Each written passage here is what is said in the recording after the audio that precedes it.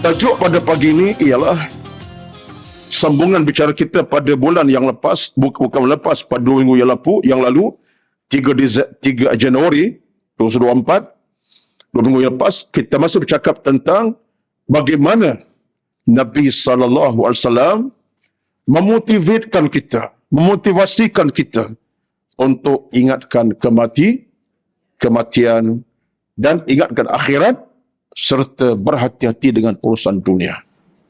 Bismillahirrahmanirrahim. La yadhurru ma'asmi syai'un fil ardi wa la fis sama' as-sami'ul 'alim.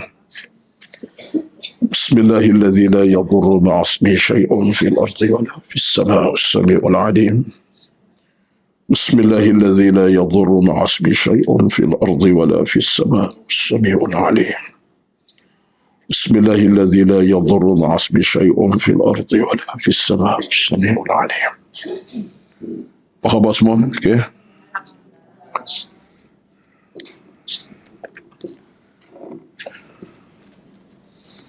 Ramai tu.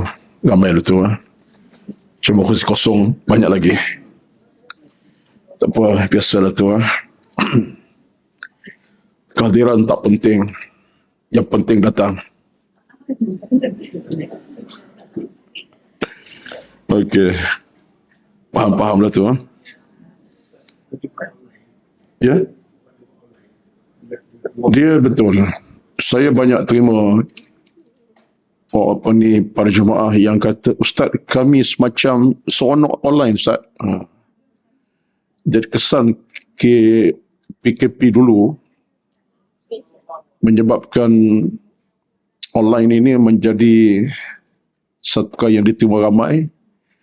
Baguslah di satu sudut, tetapi di saat ruang untuk hadir ke masjid patut kita raikan, tak hadir itu satu kesilapan lah, ya.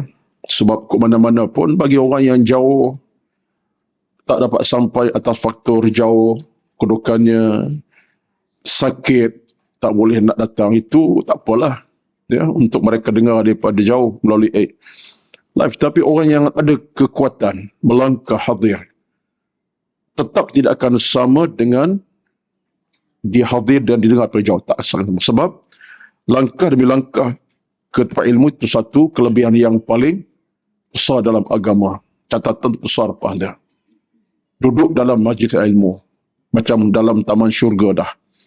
Jadi orang yang ada kekuatan fizikal, tak ada halangan masa, tak ada halangan kesihatan, tak patutlah, ya. Tak patutlah, maknanya dalam keadaan rumah dengan masjid hanyalah sekitar 1 kilometer. Dengar FB juga, marilah, insyaAllah. Datanglah, ya. Kerana kelebihan datang itu tetap menjadi kelebihan yang amat besar. Sekian dimaklumkan, ya. Al-Fatihah. A'udzu billahi minasy syaithanir rajim. Bismillahirrahmanirrahim. Alhamdulillahi rabbil alamin. Ar-Rahmanir Rahim, Maliki yaumiddin. Iyyaka na'budu wa iyyaka nasta'in. Ihdinas siratal mustaqim. Siratal ladzina an'amta 'alaihim ghairil maghdubi 'alaihim waladdallin. Amin. Assalamualaikum warahmatullahi wabarakatuh. Alhamdulillahi rabbil alamin. Wala aqibatu lil muttaqin. Wala udwana illa ala zalimin. Asyhadu an la ilaha illallah wahdahu la syarika lah. Wa asyhadu anna Muhammadan abduhu wa rasuluh. Salatan wa salaman ala habibina al-Mustafa sallallahu alaihi wasallam wa ala alihi man ihtada.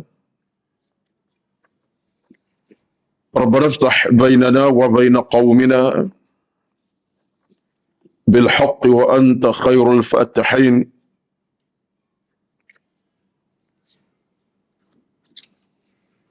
اللهم زدنا ولا تنقصنا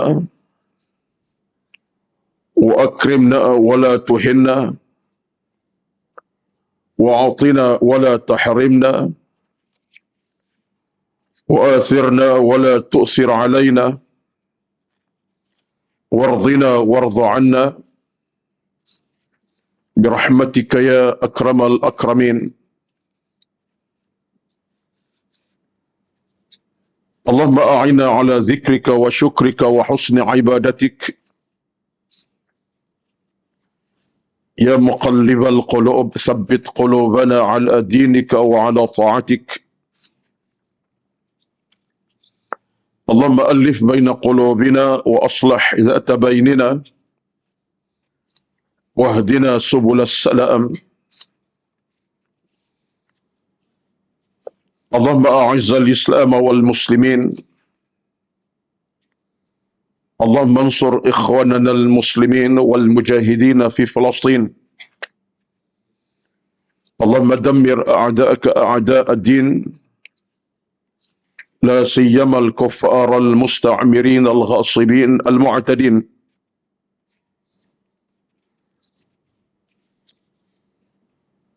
حسبنا الله ونعم الوكيل ولا حول ولا قوة إلا بالله العلي العظيم. اللهم رب اشرح لي صدري ويسر لي أمري واحلل عقدة من لساني يفقه قولي يا رب العالمين. أما بعد، أعوذ بالله من الشيطان الرجيم. وسارعوا إلى مغفرة من ربكم وجنة عرضها السماوات والأرض أعدت للمتقين. Yang bermaksud dan bersegeralah kamu kepada keampunan Tuhan kamu yang syurganya selebar langit dan bumi, yang sediakan untuk orang-orang bertakwa. Surah Al-Imran ayat 133. Sadaqallahul Azim. Al-Imran 133. Yang dihormati, berbahagia pengurusi dan seluruh tan kuasa urusan Duha Masjid Al-Falah, yang dihormati, berbahagia kehadiran para jemaah pada pagi ini di kalangan para muslimin dan muslimat yang jauh yang dekat. Alhamdulillah.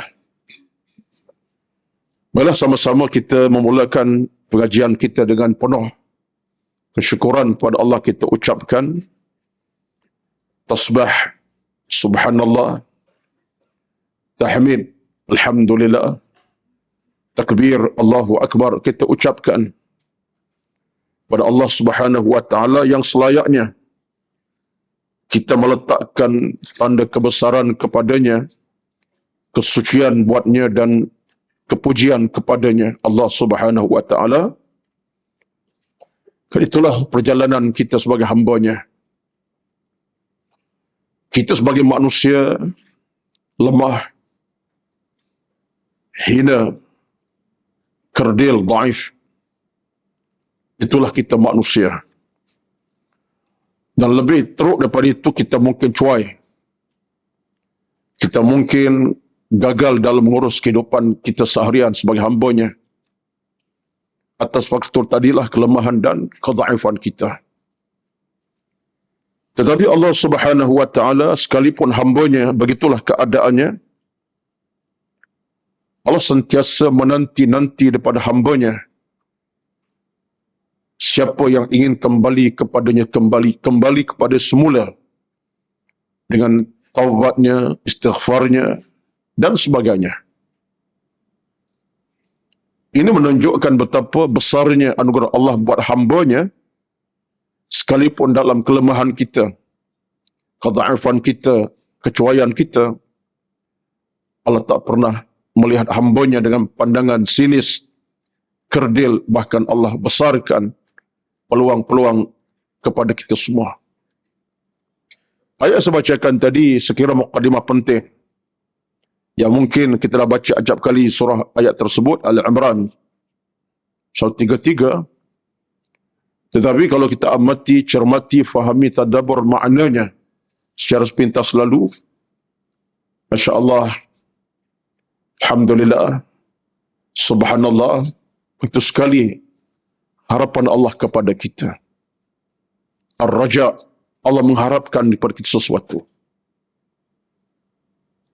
Wasari'u ila maghfiratim min rabbikum. Hei hamba-Ku, kata Allah, bersegeralah, cepat-cepatlah mohon keampunan kepada Aku, kata Allah, Tuhan kamu ini.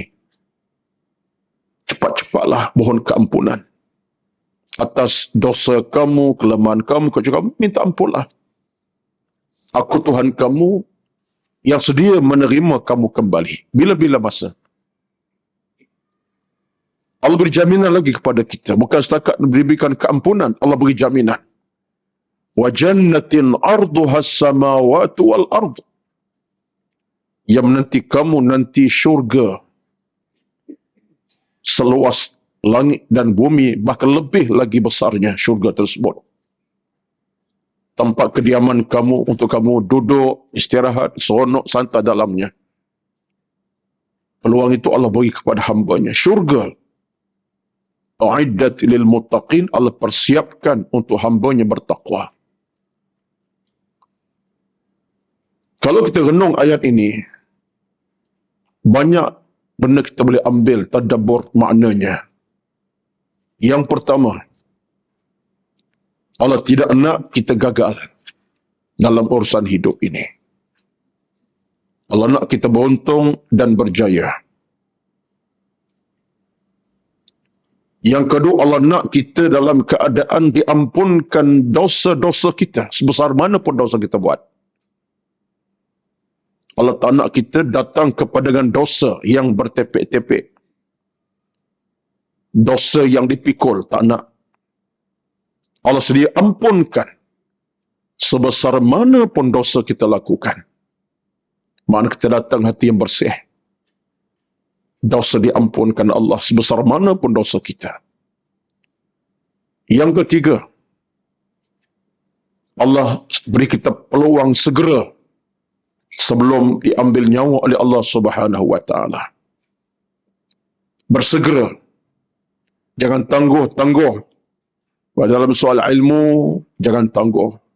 Biarlah nak mengaji bulan ni, Januari baru nak mula, lepas puasa. Contohnya.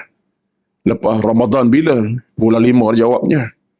Habis bulan 2, 3, 4, bulan Januari, Februari, Mac ni apa? Rehat dulu. Contohlah. Jangan tangguh. Dalam apa amal kita jangan tangguh. Bukan soal minta ampun, bahkan kebaikan. Menyumbang derma. Jangan tangguh ke besok pagi, besok lusa. Jangan, segera. Sekarang. Tak banyak pun tak apa, sikit pun tak apa. Lillahi ta'ala. Ikhlas, itu yang penting. Istighfarnya patah lagi, buat baik patah lagi. Semua perkara lah dalam Islam ini. Kerana menangguh-nangguh itu kerja syaitan. Kerja syaitan, bukan kerja hamba Allah yang bertakwa. Yang keempatnya, ayat ini menjelaskan tentang bagaimana Allah memotivasikan kita untuk dapat syurganya. Sebab syurga tidak Allah sediakan hanya untuk hambanya. Syurga bukan kediaman makhluk yang lain. Bukan untuk kediaman binatang, alam cekul, tak ada. Syurga untuk manusia. Untuk hambanya. Allah motivasikan kita untuk mencari syurganya. Dan syurga kena cari bila? Bila cari syurga ni tuan-tuan? Sekarang. Dah jumpa dah? Habis? Dia dah jumpanya? Ya, betul tu cari sekarang. Bahkan sampai Nabi sebut dalam hadis, Nabi kata apa? Syurga ini Belum kamu lihat syurga sebenarnya, syurga dunia kamu dah ada. Bukan rumah harga 16 juta, bukan rumah yang mewah, bukan kendaraan yang banyak, bukan. Itu syurga dunia jugalah tu. Tapi syurga dunia Nabi sebut berada di mana? Halaqatu zikri, majlis ilmu. Idza marartum biriyadil jannati farta'u. Bila kamu lintas taman syurga, masuk cepat-cepat, kata Nabi. Taman syurga, masuk cepat-cepat. Sahabat tanya, ya Rasulullah, apa taman syurganya? Jawab Nabi, halaquz zikri, tempat-tempat mengaji ilmu. Kuliah duha, kuliah subuh, masjid dan surau. Itu Nabi sebut taman syurga itu. Jadi bayangkanlah kalau kita dah di dunia ini, taman syurga kita masuk tiap hari, tak miss. InsyaAllah lah, puan-puan semua, tuan-tuan, di akhir nanti Allah permudah jalan kita ke syurga yang sebenar-benarnya. Sebab kita dah terbiasa melangkaki ke syurga dunia ini, iaitu majlis ilmu. Ini jaminan pertama. Jadi keluasan syurga akhirat ini, dia bermula dengan langkah kita dunia lagi. Jadi seorang manusia yang langkah kepada ilmu pun tak sampai, hadir pun tidak kepada ilmu, ke sebuah masjid, apa agaknya? Syurga apa dia nak cari di pada mahsyar nanti? Tak jumpa pintu lah jawabnya. Betul. Seterusnya, keenamnya, hadis ini apa cerita Allah Azza wa Jalla? Allah beri satu rangsangan yang lain pula kepada kita. Syurga ini pelik, kata Allah Azza wa Jalla. Pelik. Apa peliknya? Keluasannya selebar, seluas langit dan bumi, bahkan lebih jauh daripada itu lagi. Gambarannya pelik lah tu. Kalau syurga disebut dalam keadaan 600 kaki persegi kali 600, tak pelik. Ada banglo lebih besar lagi pada tu. Istana Sultan Brunei berapa bilik? 100 bilik. Mana ada? 4,000 bilik saya difahamkan. Ya, kecil dan besar. Tak payah Sultan Brunei punya lah. Istana kita di Kuala Lumpur ni pun insya-Allah lah. Oleh kerana itulah rezeki Sultan Raja-Raja bukan 4 bilik, bukan 2-30 bilik boleh jadi setengah tu. Dah hebat sangat dah. Tapi bila Allah sebut syurga ini lebar luasnya seolah langit bumi yang tak ada tepi di mana tak tahu, itu motivasi besar itu. Hebatnya alam syurga nanti, tempat kediaman rasmi bagi orang-orang yang beriman. Dan motivasi akhir ayat ini yang ketujuh, Allah kata apa? A'iddat lil muttaqin. Neraca kita yang utama, tuan-tuan, yang tidak boleh tidak kita kena angkat dalam hidup sampai ke mati kita, ialah apa dia? Jadi orang yang bertakwa. Motivasi ketujuh ayat ini, Allah sebut U'iddat muttaqin, dipersiapkan untuk orang bertakwa, menunjukkan neraca utama kita dalam hidup sampai ke mati kita kena masuk golongan orang yang bertakwa. Mukmin bertakwa, mati dalam takwa. Allah hidupkan dalam takwa, mati dalam takwa. Kenapa begitu? Kerana di padang mahsyar nanti Allah hanya akan bertemu dengan hambanya golongan yang bertakwa saja. Allah tak bertemu golongan yang daripada bertakwa. Inna akramakum indallahi atqakum. Al-Hujurat ayat 13. Al-Hujurat ayat 13, Allah kata apa? Inna akramakum indallahi atqakum. Sesungguhnya orang paling mulia antara kamu menghadap aku nanti. Ini cerita akhirat ni. Iaitulah golongan yang paling bertakwa kalian kamu. Maknanya, yang Allah akan tengok bertemu nanti golongan yang bertakwa. Tak kira lelaki perempuan, tak kira siapa kita, title kita ialah muttaqun, orang yang bertakwa. Jadi ini motivasi besar bagi kita nak hidup dalam takwa, mati dalam takwa. Mukmin yang bertakwa kepada Allah Subhanahu wa taala. Bagaimana dapat neraca takwa dan title takwa tadi? Itulah perjalanan kita sekarang dengan ilmunya, dengan amal soleh, dengan keinsafan, dengan doa munajat, dengan amal soleh. Itulah perjalanan kita sebenarnya. Akhirnya, neraca taqwa, neraca yang paling utama. Surah Al-Imran, ayat 133, mukadimah saya pada pagi ini, berada dalam keadaan yang betul-betul berikan kita nadi kekuatan, keinsafan dan kesedaran dalam beragama. Ayat ini letak di hati kita bersama. وَسَارِعُوا إِلَى مَغْفِرَةٍ مِّن رَبِّكُمْ وَجَنَّةٍ أَرْضُهَا السَّمَاوَاتُ وَالْأَرْضُ أُعِدَّتْ لِلْمُتَّقِينَ. Allah bercakap dengan kita. Allah bersembang santai dengan penuh mesra dengan kita. Bukan orang lain dah ni. Ini ayat untuk kita dan kepada kita ni. Dalam bahasa saya mudah begitulah. Allah sembang santai dengan penuh rasa cinta kepada kita. Bukan orang lain. Ayat ini untuk kita. Jadi mudah-mudahan perjalanan kita perjalanan yang direstui oleh Allah Subhanahu wa taala, kerana hidup ini kita mesti jadikan sebagai sempadan dan toladan yang sebaik-baiknya, kerana pada akhirnya Allah hanya akan membeli daripada kita orang-orang yang beriman sahaja. Allah beli balik kita dengan bayaran syurga yang menantinya. Allah beli balik, ustaz ni kok mana pula ni? Memang ada Al-Quran sebut. Contoh At-Taubah ayat 111. Kita ni tuan-tuan, bila kita ingat balik ayat Quran, baca Quran, semak balik Quran, ayat-ayat Allah ni, satu persatu jalan yang kita boleh terokai, lalui dan fahami. Satu persatu. Kita boleh kait dalam semua keadaan. Begitu begini. Itu Quran. Sebab Quran itu ada panduan. Waze kita Quran lah. Waze yang tak pernah menipu kita. Waze yang kita tekan dalam phone tu menipu kadang-kadang. Bawa logo sesat tak mana-mana. Bawa logo yang sempit, kita terkejut tengok. Betul tak jalan ni? Rupanya jalan mati. Itu Waze dunia. Saya sebut dah kena berapa kali dah. Nak pergi ceramah, tengok-tengok.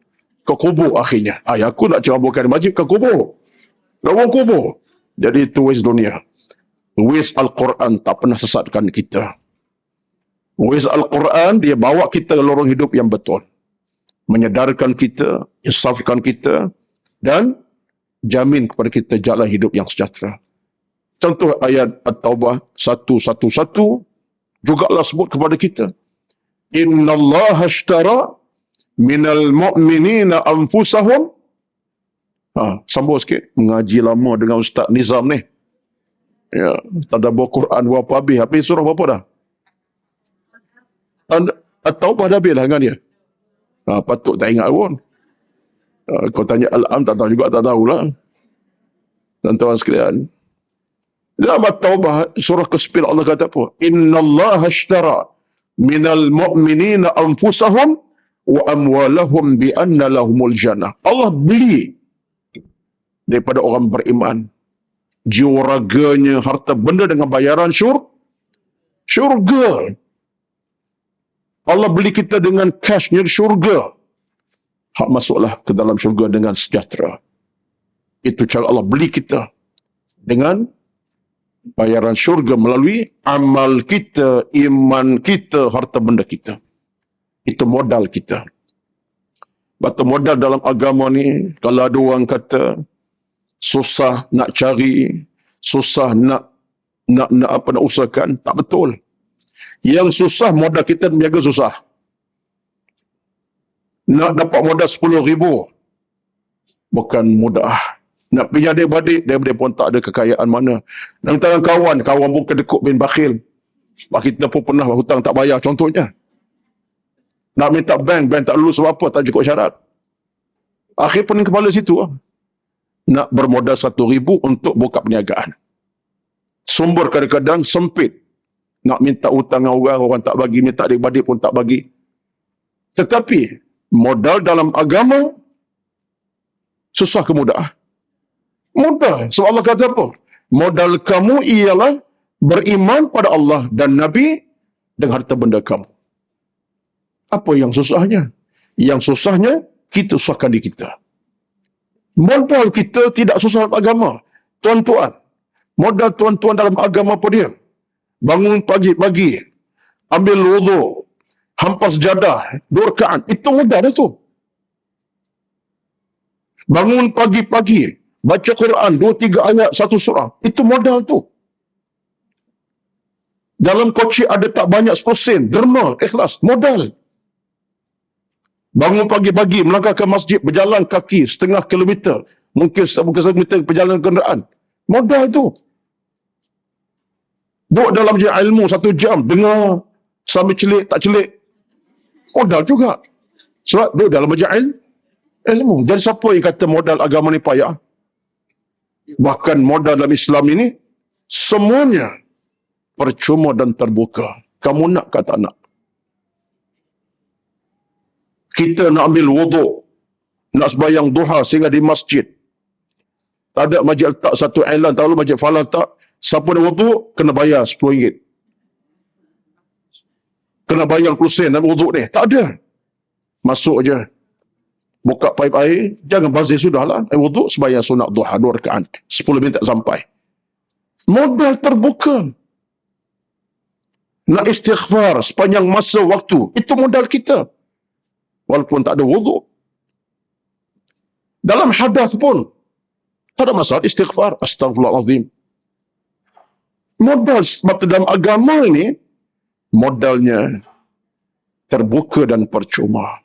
Tetapi bila manusia gagal untuk mengurus hidupnya, modal agama dia tak pandang tinggi, bahkan dipelekehkan.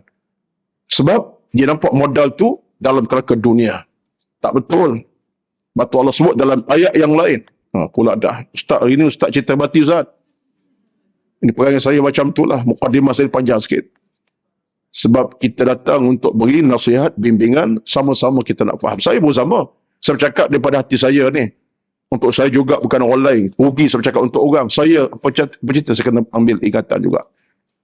Sama dalam ayat yang lain, surah As-Saf. As-Saf ini, tak pergi ayat, cari sendiri ayat mana. Surah As-Saf. Allah kata apa kepada kita? Ya ayyuhallazina amanu, hal adullukum ala tijaratin tunjikum min azabin alim. Tu'minuna billahi wa rasulihi wa tujahiduna fi sabilillahi bi amwalikum wa anfusikum. Zalikum khairul lakum in kuntum ta'lamun. Wiz Al-Quran. Menarik sekali. Allah cakap dengan kita. As-Saf. Puan carilah. Surah apa tu? As-Saf ayat berapa? Ayat 10 berapa cari? Ya ayyuhallazina amanu hal adullukum. Hei orang beriman semua. Allah tawarkan modal kepada kita. Tak payah hantar apa ni resume, tak payah hantar permohonan. Tak payah hantar dokumen. Allah sebut kepada kita, hal adullukum, kamu suka tak? Kalau aku tunjuk pada satu bentuk perniagaan, aku dengan kamu, kata Allah. Hal adullukum, hei hamba-Ku yang beriman, kamu suka tak? Kata Allah. Adullukum ala tunjikum, aku nak tunjuk satu perniagaan yang untungnya neraka tak sentuh kamu. Tengok tuan-tuan. Allah bagi jaminan awal, untungnya apa dia? Neraka tak sentuh kamu. Kalau neraka tak sentuh, apa maknanya? Syurga menantilah. Apa modalnya? Allah tak kata hantar resume dulu. Syarat-syarat untuk tengok macam mana. Tulis surat dulu. Tak. Allah terus nyatakan modalnya tu'minuna billah, beriman dengan aku, dengan Rasul aku, wa tujahiduna fi sabilillah, dan kamu tumpahkan semua usaha kamu, tenaga ke waktu kamu untuk aku. Harta benda pun sama, tumpahkan, sedekahkanlah, infakkanlah.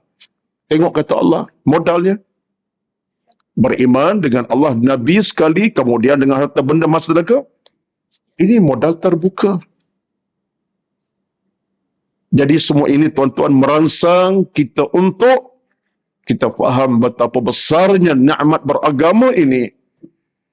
Sebab itulah agama bila sudah menjadi manis dalam hati kita, kemanisannya dia tidak membawa penyakit, tapi memberikan kita 1001 manfaat. manis agama tak datangkan kemudaratan. Manis gula cari pasal. Tapi manis agama, halawatul iman, tak ada mudarat. Membahagiakan kita. Sebab itulah manis agama ni merangsang jiwa, merangsang hati, merangsang kekuatan hati dan jiwa. Yang buruk jadi baik, yang dosa jadi ampunkan dosa. Yang kurang ilmu jadi alim. Sebab kemanisan agama. Betul lah. Mari sama-sama kita angkat semua peringatan-peringatan sesampai ini untuk menjadi jalan utama kita. Yang bercakap khasnya. Sebab yang bercakap pun bukanlah lama sangat hidup di bumi Allah ni. Dalam sela-sela masa yang ada ini, kita dah rasa sangat-sangat perubahan masa waktu yang berlalu. Hati, jiwa mula bercakap. Tambah pula, berceramah pula tajuk hal mati. Ini tajuk tuan-tuan kepada saya bercakap ni hal mati. Masjid Darul Ihsan pun tajuk mati juga. Hakikat kematian kita Imam Al-Ghazali. Ceramah semalam di Masjid Putra Hai sekali sebulan kuliah maghrib pun tajuk tentang kitab kematian juga. Imam Al-Qurtubi, kitab yang besar itulah. Bercakap di Masjid An-Nur Tamasya Galamari Sabtu minggu keempat tiap bulan pun tajuk mati. Jadi saya tuan-tuan boleh kata sebulan tu belah kali hal mati. Jadi bila saya bercakap hal mati ni kadang-kadang belum cakap air mata tumpah dah. Lepas bercakap tuan tak nampak tapi dalam kereta nak balik ada teringat balik aku tadi hal mati bercakap nasihat macam-macam. Aku ni sekian dimaklumkan. Jadi benda macam lah saya rasa nikmat jugalah kepada saya lah. Saya syukur. Sebab apa? Saya beranggapan bila saya berceramah hal-hal kematian di sini, dia lebih terasa dalam hati kecil saya. Saat kita mungkin terabai dalam satu ketika, ingat balik istighfar cepat-cepat. Saat kita cuai, ingat balik cepat-cepat kita beristighfar. Itu untunglah. Maka tuan-tuan, tajuk kita pada pagi ini, jom insyaAllah, masa masih panjang lagi, ada sejam setengah lagi ni. InsyaAllah. Okay. Ustaz nak jam setengah. 11 kita berhentilah. Ya. Tuan-tuan sekalian. Tajuk pada pagi ini ialah sambungan bicara kita pada bulan yang lepas, bukan lepas, pada 2 minggu yang lalu 3 Januari 2024, 2 minggu yang lepas, kita masih bercakap tentang bagaimana Nabi SAW memotivasikan kita untuk ingatkan kematian dan ingatkan akhirat serta berhati-hati dengan urusan dunia. Penghujung cerita kita pada minggu yang lalu, 2 minggu lepas ialah Nabi ajar kita untuk zuru al-qubur, ziarah kubur. Ziarah kubur. 2 minggu yang lepas kita bercakap, mungkin kalangan tuan-tuan yang datang pada pagi ini, dalam 2 minggu yang lepas mungkin ada pengalaman ziarah kubur, ada kematian, ziarah kubur, tak tahulah. Kalau tak pergi 2 minggu lepas, tak apalah. Dia tak pergi, dia akan pergi insyaAllah. Ya. Saya pun 2 minggu lepas, dalam 2 minggu ni tak ke kubur mana-mana. Tapi, lalu tu, saya ingat, acap lah, lalu tepi kubur dalam kenderaan lah. Saya ingat terakhir, 2 hari lepas, saya ke Kuala Selangor, ke Tanjung Karang, dengan anak-anak dalam kenderaan, masuk Tanjung Karang kan, sebelah kiri, sebelah masjid tu ada kubur besar tu. Saya pun sebut anak-anak, bacakan doa, ramai-ramai. Assalamualaikum. Dalam kenderaan lah, tak berhentilah, tapi slow lah. Ya, sebelah kiri, sebelah kalau siapa-siapa jalan tu masjid Raudah tu, sebelah tu masjid kubur besar. 2 hari lepas. Jadi, dalam 2 hari ni adalah juga tengok kubur tu. Dan dah ucapkan salam, anak-anak pun sama. Assalamualaikum, ya ahlal qubur, antumus sabiqun. Dan terasalah kita. Walaupun 20 saat bercakap kepada kubur, tapi sekurangnya, kita nampak dah kubur itulah tempat kediaman kita yang terakhir. Tak kiralah kubur Tanjung Karang ke, kubur di SG21 ke, kubur di Banting ke, di Kelantan ke. Tetapi akhirnya, kita akan berada di lokasi itulah keadaannya kita. Kepada kita masih hidup ini, Nabi ajar apa kepada kita? Kata Nabi SAW, Zuru al-qubur, hendaklah kamu ziarah kubur. Kenapa? Sebab ia boleh ingatkan kamu hal-hal yang berkait dengan soal kematian. Baik tuan-tuan sekalian, saya sekadarnya pada pagi ini, mana ni?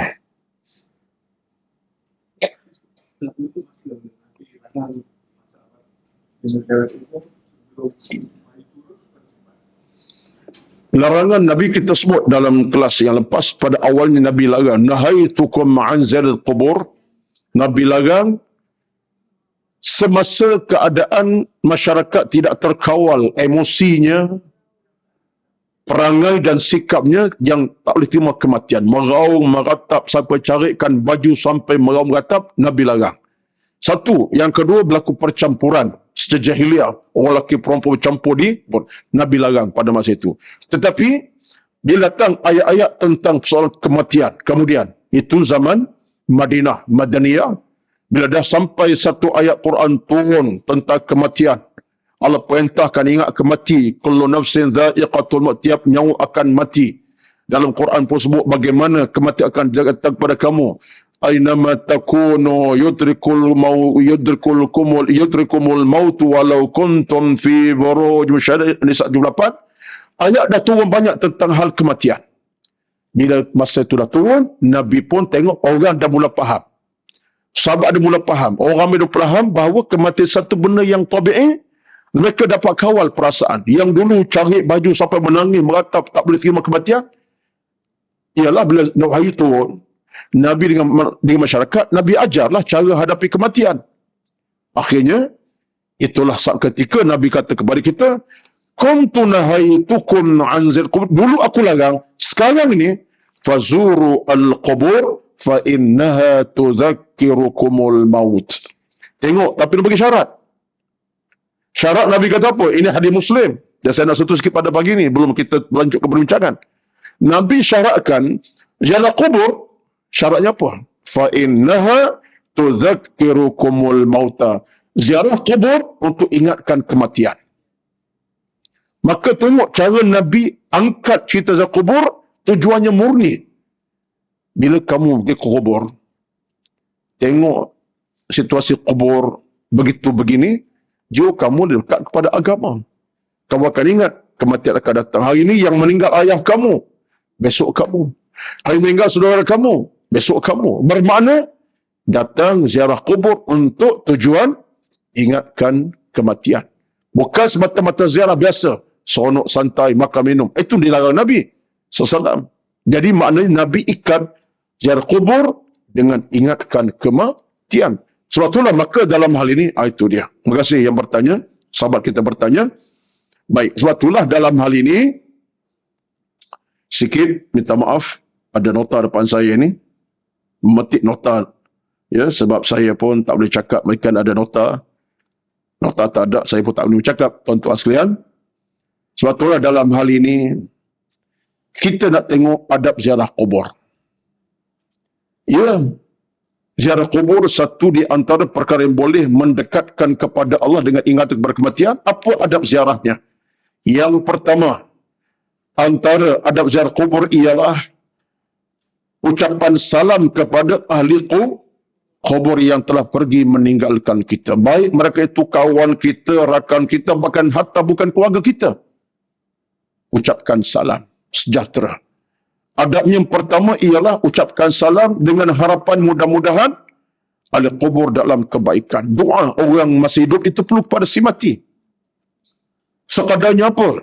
Assalamualaikum, salam sejahtera kamu, sesungguhnya kubur, antumus sabiqun, kamu dah mendahului kami, wa nahnu lahiqun, kami akan datang kemudian bila-bila masa. Jadi kata para ulama, ini di antara akhlak pertama dan paling utama kita ziarah kubur. Sekalipun bukan kubur mak ayah kita. Dan ada ulama yang tambah lagi. Ini sambil daripada pandangan Dr. siapa ni yang tulis ini? Wahid Abdul Salam Bali. Dalam tulisan beliau menarik daripada satu tulisan. Dr. Sa'ad bin Ahmad Al-Humaid. Ya, dia kata apa? Ditambah sekali lagi dikata, ucapan salam kepada kubur ini, kenapa dianggap adab yang penting? Sebabnya,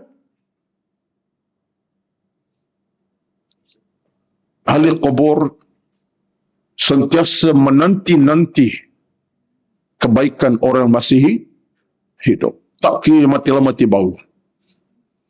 Yang boleh jadi, ini tambah daripada Syekh Al-Humaid ini, saya baca daripada tulisan beliau, tuan-tuan sekalian, tak bahasa Arab lah. Bahasa Arab ya, tidak bahasa Melayu. Nota ni kadang-kadang banyak begitulah ya. Baik. Dia kata al-qubur menanti-nanti.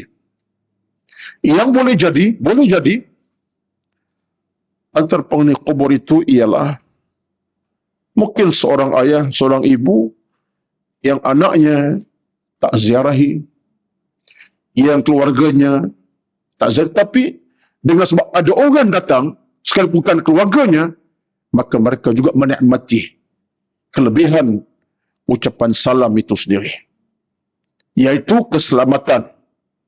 Yang berbaki Allah Maha Kaya lah, tapi kita minta Allah beri keselamatan, sejahtera pada kubur ini yang mati baru. Jadi kata para ulama, kita masuklah penulis ini kata apa? Mereka mengharapkan. Jadi harga sebuah doa salam tadi besar kepada penghuni yang telah pergi meninggalkan alam ini. Kita mungkin tak rasa sebab kita tak mati lagi. Tapi cuba tuan, saya nak bawa cerita ini dalam kerangka kita dengan dunia semasa kita. Katalah, tuan-tuan masih hidup, dah hiduplah, saya hidup lagi. Anak kita dah sebulan tak telefon.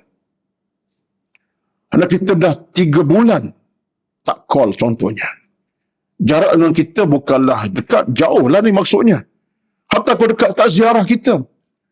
Tak datang ziarah kita. Berapa lama tak datang ziarah? Dah sebulan. Apa perasaan tuan-tuan? Sedih tak sedih?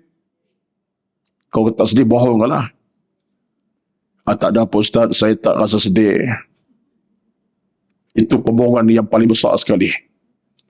Jiwa kita tuan-tuan, orang kita sayang, kasih, nama pula anak, langsung telefon tidak tahu khabar sakit demam kita, tak ziarahi kita dah berapa lama, pasti jiwa kita bercakap, Allah, kenapa Along dah tak lama tak telefon? Sibuk sangat ke Along ni? Tak dengar suara dah sebulan, dah 3 bulan contohnya. Tak balik langsung walaupun rumah bukan jarak sampai 5 jam. Sejam je. Ibu di Subang Jaya. Anak kerjanya dinilai je. Contohnya. Nilai Subang Jaya berapa lama? Nilai Subang Jaya. Paling jam pun 2 jam lah kot. Hari kerja. Kalau hari biasa, 4 minit sampai. Tak sampai-sampai. Dah sebulan, 2 bulan. Apa perasaan kita? Sedih tak sedih? Hibur tak hibur? Sebab ni kata, tak ada orang tak kata, melainkan, ya Ustaz, sedih saya Ustaz. Anak sibuk sangat ke macam mana? Si mati yang mati ni tuan-tuan. Apalagi bernama ayah dan ibu. Sebab itulah bila anak-anak boleh ucapkan salam, ziarahi kuburnya, termasuk bukan si ibu saja, orang-orang Muslim yang lain. Assalamualaikum ya al-qubur, wahai ahli kubur semua. Padahal bukan warga kita pun. Mereka merasa seronok dan gembira. Alam barzakh mereka lebih tenang. Nak kena bicara tajuk lain lah. Sebab alam barzakh ini bicaranya penuh dengan hadis-hadis yang begitu sekali mengisafkan kita. Ini tajuk lain. Itulah dalam kata para ulama, adab pertama ialah kita mula dengan salam dan ucapan-ucapan yang disebutkan oleh Nabi SAW dalam hadis yang sahih daripada Imam Muslim, daripada Imam Tirmizi. Saya ambil pada satu hadis daripada Muslim, daripada Abu Hurairah radhiyallahu anhu, katanya, kalau Rasulullah yu'allimuhum idza kharaju ila al-maqabir ayyaqulu. Kata Buradah al-Aslami, Nabi ajar kami bila kami keluar ke kubur, ziarah kubur, ayyaqulu, hendaklah kamu berkata demikian. Assalamualaikum ahlad diyar minal mu'minina wal muslimin wa inna insyaallah lalahiqun as'alullaha lana walakumul afiyah. Itu nas-nas yang banyaklah. panjang pula nas ni Ustaz. Habis cari ringkas sudahlah. Apa dia? Assalamualaikum wahai ahli kubur. Tak boleh bahasa Arab, bahasa Melayu. Itulah je, cukuplah. Tapi kena panjangan ni dia.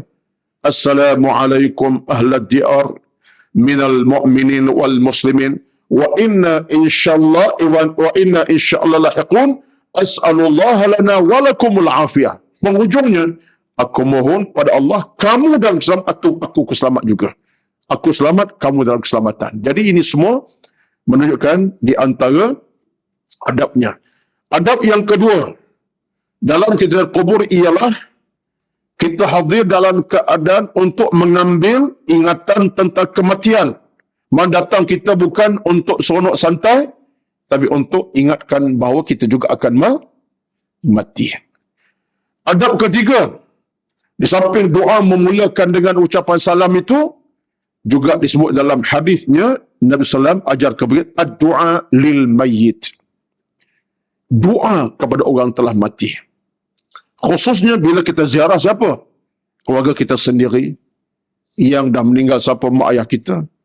Kalau ayah, Allah maghfir lahu, warhamhu, wa'afihi, wa'afu anhu. Doalah keselamatan. Jadi maknanya doa kubur ni kita nak kena berdoa untuk si mati, mudah Allah ampunkan dosa. Allah maj'al qabrahu rawdatan, jadi Allah jadikan kubur bercahaya umpama taman syurga bagi si mati. Rintihlah. Berapa lama? Terserah.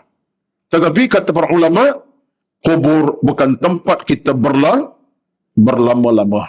Sebab tu dari riwayat, antara adab ziarah kubur ialah bukan duduk, bukan dalam keadaan kita bersantai-santai macam kita duduk tempat lain.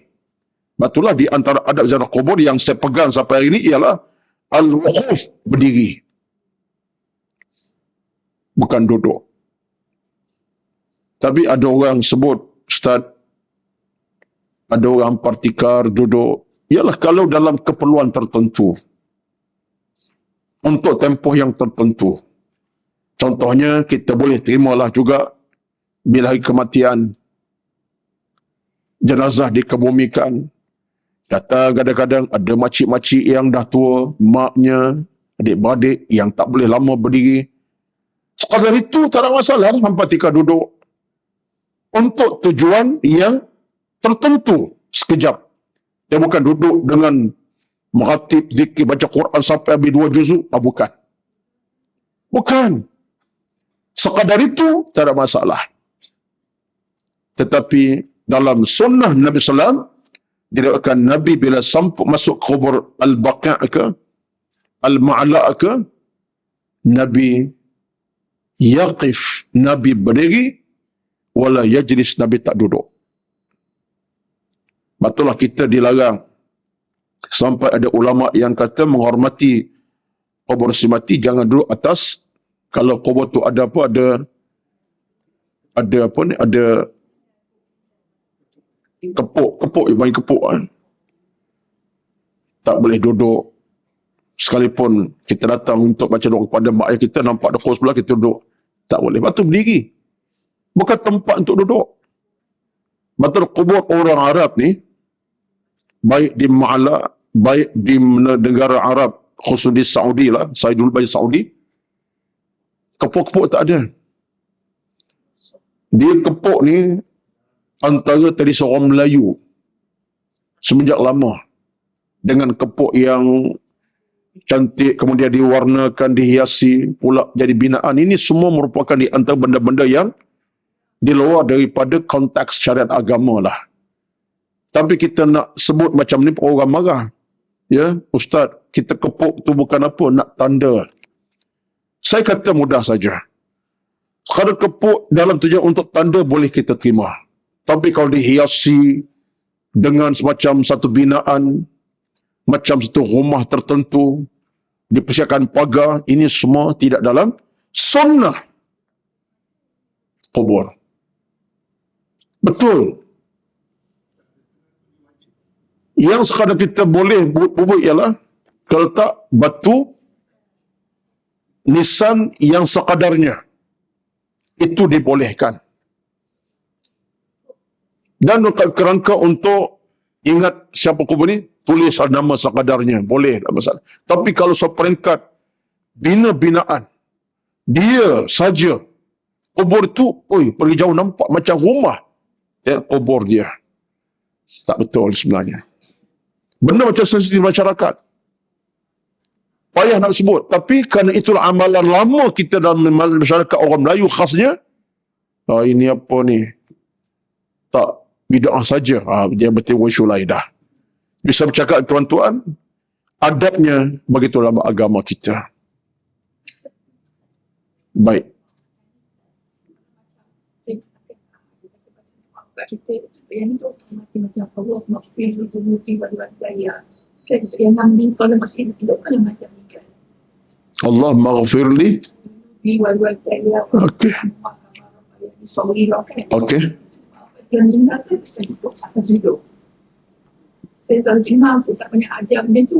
Dia begini.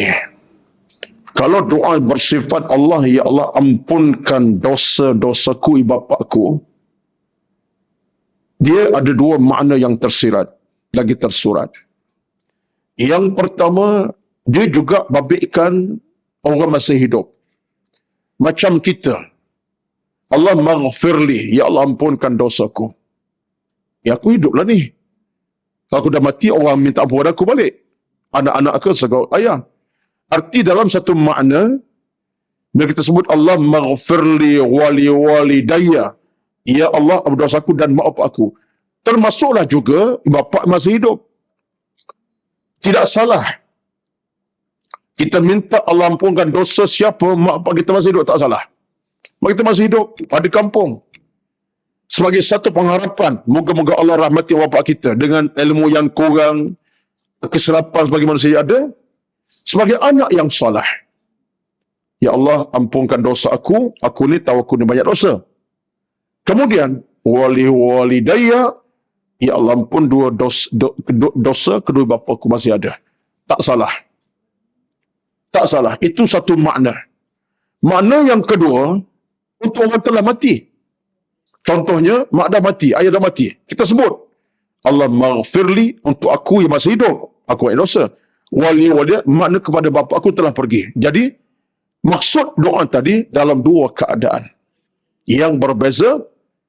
Sama ada kita doa untuk mak telah pergi ataupun ibu bapa yang masih ada. Dalam hubungan bapa masih ada ini memang ada hadisnya. Memang ada. Sebab tu dalam hubungan ini kata para ulama, seorang anak yang ikhlas, yang muslim, yang mukmin, yang salah, yang ada iman, ada agama. Mak masih ada, ya, ayah masih ada. Tetapi itulah harapan anak untuk maknya dalam keselamatan, maknya dalam keamanan, maknya dalam kesejahteraan, maknya dalam ilmu yang mantap, maknya dalam rahmat Allah jagaan Tuhan. Sebab anak tu anak salah, dia tahu maknya ada kekurangan.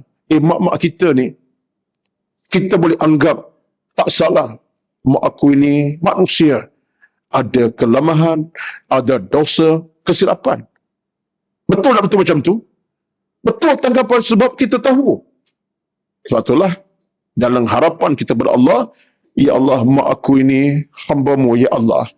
Dia ada kekurangan. Dia hamba-Mu, ya Allah. Ada kelemahan. Allah maghfir lahumah. Ampunkan dosa mereka. Tak salah.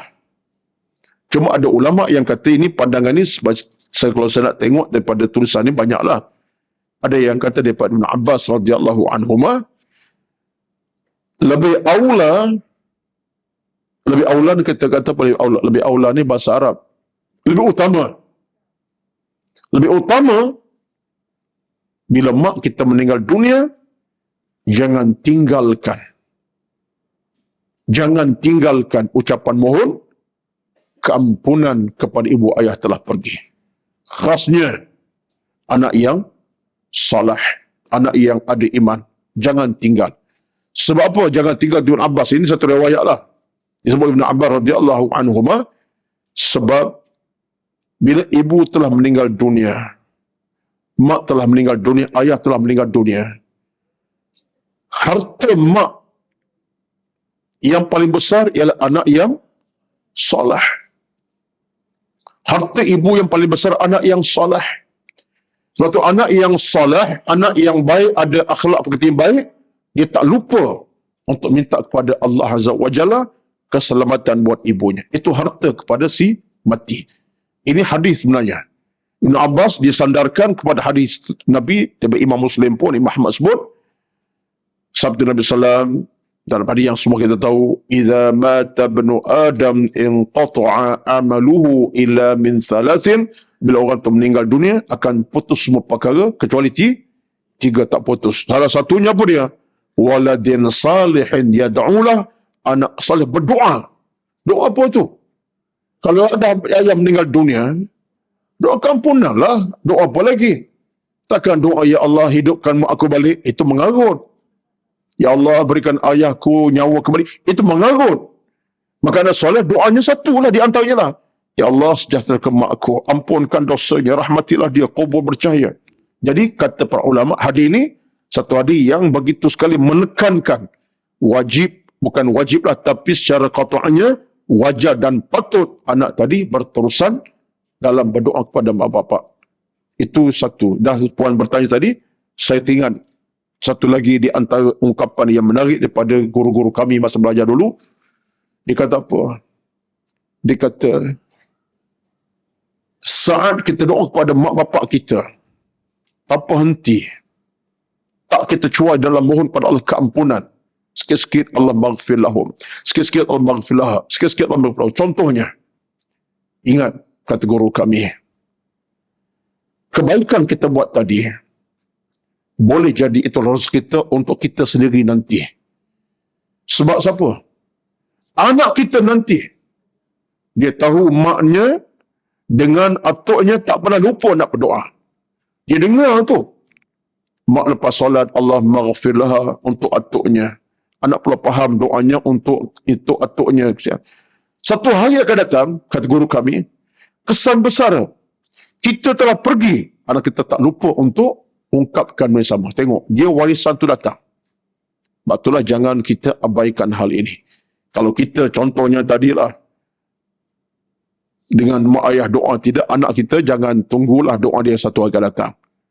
Dia pun lupa kita. Sebab kita pernah lupakan mak ayah kita sendiri, anak boleh lupakan mak ayah dia satu hari. Bahkan bukan lupa doa, kubur beritahu ke mana. Orang tanya, kubur mak belah mana? Entahlah, mak itu mati di Kuala Lumpur ke di Selangor? Mak itu mati di Putrajaya ke mati di Sepang? Pun berlaku. Sampai tahap anak kita hilang kewarasan dalam berfikir. Dia tak tahu maknanya kubur di mana. Betul. Bukanlah ingat kubur itu satu kepastian yang mesti, tapi sekurang anak kita tahu, mak aku meninggal di Subang Jaya, kuburnya USJ 21. Bukan 9, bukan? Okay. Tak apalah. Anaknya tahu. Baik tuan-tuan, baik. Wallahu alam. Letih pula rasa.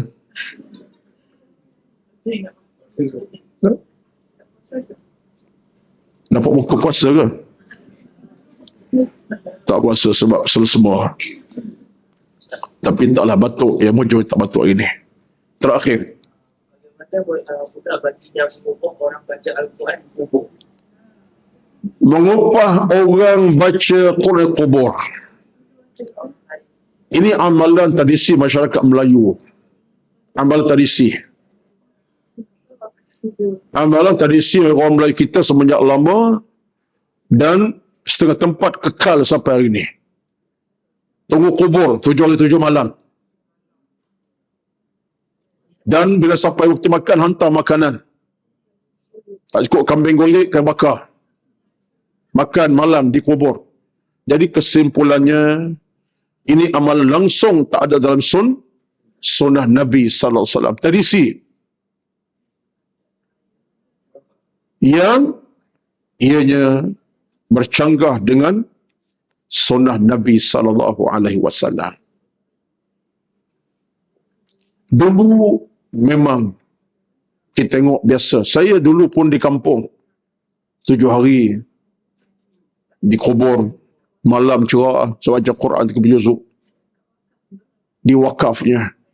Tapi hari ini tak ada dah amalan tu. Mungkin kan orang dah mula mengaji, tetapi kalau masih mengekalkan, ini suatu di antara perkara yang mendukacitakan kita lah.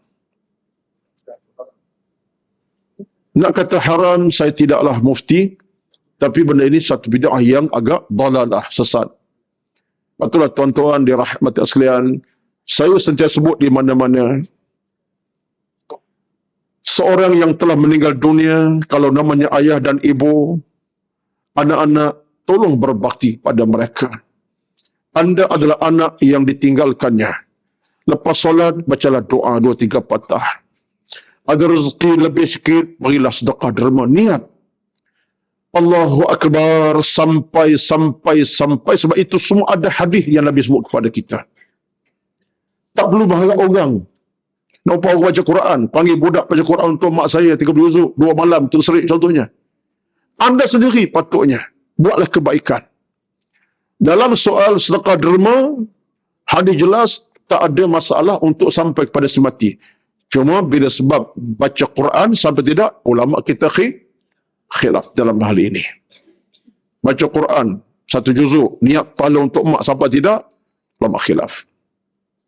Mati ada kesepakatan. Tapi derma 20 sen, derma tabung masjid 20 sen kira kedekut sangat, tapi tak apalah, 20 sen pula terima, niat ikhlas. Niat pahala aku derma hari ini untuk bondaku yang tercinta sampai. Doa diangkat lepas solat 2-3 minit sampai. Itu kita merupakan satu peluang. Tapi anak soleh lah tuan-tuan. Wallahualam, kita bertemu lagi insyaAllah. Sabar sekejap. Ada soalan akan datang lah. Ya. Last.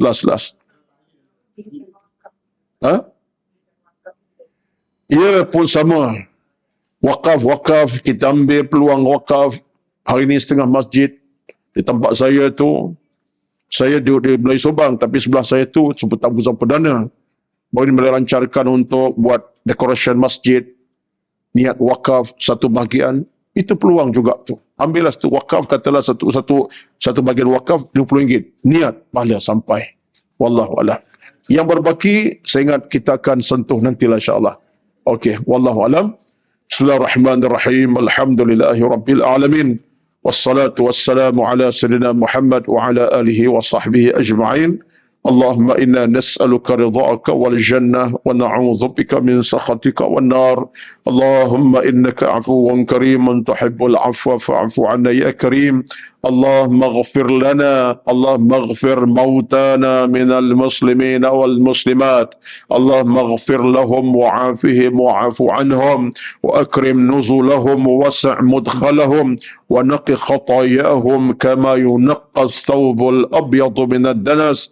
اللهم اجعل قبرهم روضة من رياض الجنة ولا تجعل قبرهم حفرة من حفر النيران. اللهم ارزقنا الخير والأمن والصحة والعافية والبركة والعناية والتوفيق والمغفرة برحمتك يا أرحم الراحمين. اللهم تقبل منا إنك أنت العليم الحكيم، لا إله إلا أنت سبحانك إنا كنا من الظالمين. ربنا آتنا في الدنيا حسنة وفي الآخرة حسنة وقنا عذاب النار. وصلى الله على سيدنا محمد والحمد لله رب العالمين. تقبل الله منكم، تقبل يا كريم. والسلام عليكم ورحمة الله وبركاته.